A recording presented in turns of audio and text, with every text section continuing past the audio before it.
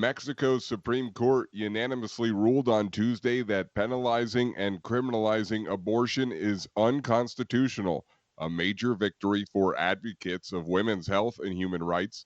The decision in the world's second biggest Roman Catholic nation means that courts can no longer prosecute abortion cases and follows Argentina's historic legalization, which took effect earlier this year. It also comes as a growing feminist movement has taken to the streets in Mexico to press for change, including calls to end anti abortion laws on the books in much of the country. Hundreds of mostly poor Mexican women have been prosecuted for abortion, while at least several dozen remain jailed. A trial in Paris of unprecedented scale starts under high security on Wednesday to judge 20 men suspected of involvement in a jihadist rampage across the capital on November 13th, 2015, the deadliest attack in peacetime France.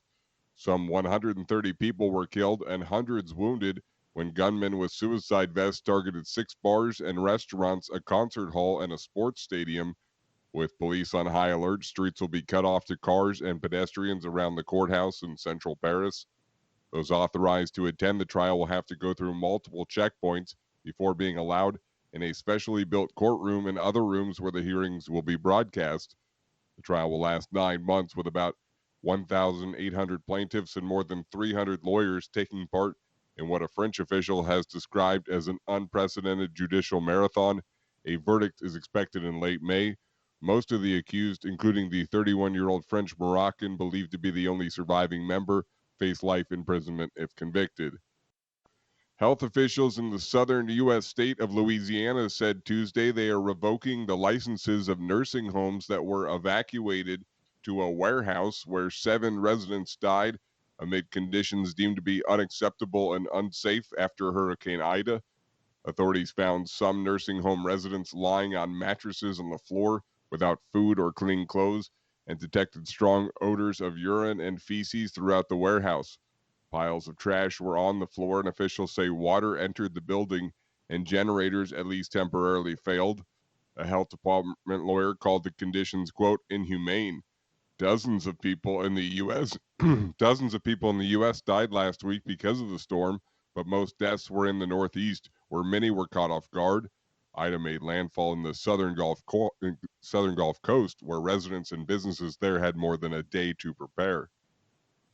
Canadian Prime Minister Justin Trudeau said Tuesday he won't change how he campaigns after he and others were hit by gravel rocks thrown by an anti-vaccine protester during the campaign this week. Trudeau has faced increasingly hostile protests by what he calls anti-vax mobs ahead of the September 20th election. During a campaign stop Monday, Trudeau and some journalists were hit by gravel stones thrown by a protester as he boarded his campaign bus. Police say they are investigating and asking the public for information about the incident. Trudeau claims Canadians are proud of the fact that Canada is not like the United States and he won't change. He said, quote, Canadians are reassured and even proud of the fact that we're not the United States, that a prime minister or a candidate can walk down the street without fear of being attacked. Last month, a Trudeau campaign event was canceled because of security concerns. The Taliban on Tuesday announced an all-male interim government for Afghanistan that is stacked with veterans of their hardline rule from the 1990s and the 20-year battle against the U.S.-led coalition. The move seems unlikely to win the international support the new leaders desperately need to avoid an economic meltdown in the country. Appointed as Interior Minister was a man who is on the U.S.'s most wanted list with a $5 million bounty on his head and is believed to still be holding at least one American hostage. He headed the feared Haqqani network that is blamed for many deadly attacks and kidnappings. The announcement came hours after Taliban fired their guns into the air to disperse protesters in Kabul and arrested several journalists. At least 2 people died during a protest in the western city of Herat.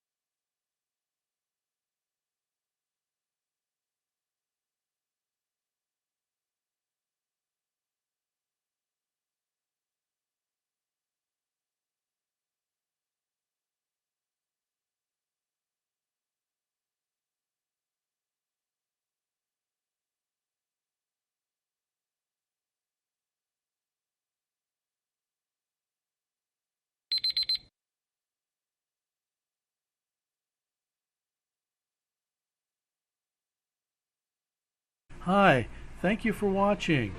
I hope the videos are useful for you. Please subscribe to my channel using the button below.